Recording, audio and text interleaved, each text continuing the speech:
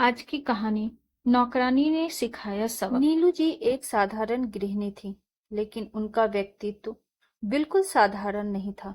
पूरे मोहल्ले में उनका नाम इसलिए मशहूर था क्योंकि उनका हर काम एकदम परफेक्ट होता था।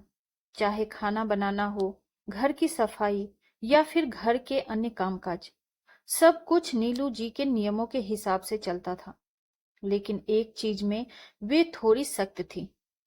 उनके पति रवि नीलू जी के पति शांत स्वभाव के आदमी थे और किसी भी चीज में ज्यादा दखल नहीं देते थे। लेकिन नीलू जी का रवैया ऐसा था कि अक्सर घर के छोटे बड़े कामों में वह रवि को भी डांट फटकार कर अपना तरीका बताने में पीछे नहीं रहती थी। रवि ने भी इसे जीवन का एक हिस्सा मानकर स्वीकार कर लिया था। काम वाली गीता पिछले 3 महीनों से नीलू जी के घर काम कर रही थी। वह हर दिन नीलू जी और रवि के बीच होने वाली नोक-झोंक को देखकर थोड़ा चिंतित रहती थी। गीता के पति रमेश, जो मेहनत मजदूरी का काम करता था, अक्सर अपनी पत्नी को शाम को लेने आता था। गीता ने कई बार अपने पति से नीलू जी के घर की स्थिति के बारे में बात की थी, लेकिन रमेश ने इसे गंभीरता से नहीं लिया। फिर एक दिन गीता अचानक काम पर आना बंद कर देती है। नीलू जी को यह सुनकर हैरानी होती है कि गीता ने बिना किसी पूर्व सूचना के काम छोड़ दिया। नीलू जी को गुस्सा तो आया, लेकिन उन्होंने सोचा कि पहले कारण जान लेना चाहिए। शाम होते ही गीता अपने पति रमेश के साथ नीलू जी के घर आ धमकी। नीलू बहन, गीता कल से आपके यहाँ काम पर नहीं आएगी, रमेश ने सीधा सीधा ऐलान किया। अरे भाई, पगार में कोई दिक्कत हो तो बता, बढ़ा दूंगी। अभी 3 महीने ही तो हुए हैं, अगले महीने से तनख्वाह में भी इजाफा हो जाएगा, नीलू जी ने शांत होकर कहा। रमेश थोड़ा झिझकते हुए बोला, नहीं नहीं बहन जी, बात पगार की नहीं है, हमारी तकलीफ कुछ और है। तो क्या तकलीफ है, कुछ तो बताओ।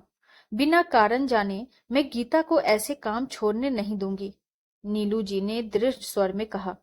रमेश ने हिम्मत जुटाते हुए कहा, आपके घर का माहौल देख देख कर मेरी बीवी भी आपसे सीखने लगी है।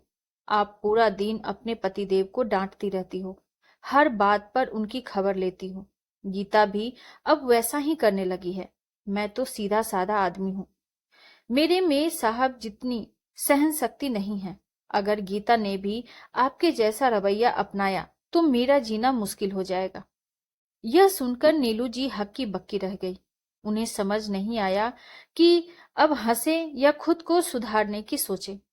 कुछ पल के लिए घर में सन्नाटा सा छा गया। रवि, जो अखबार पढ़ते हुए इन बातों को सुन रहा था, चुपके से मुस्कुराया और फिर से अखबार में खो गया।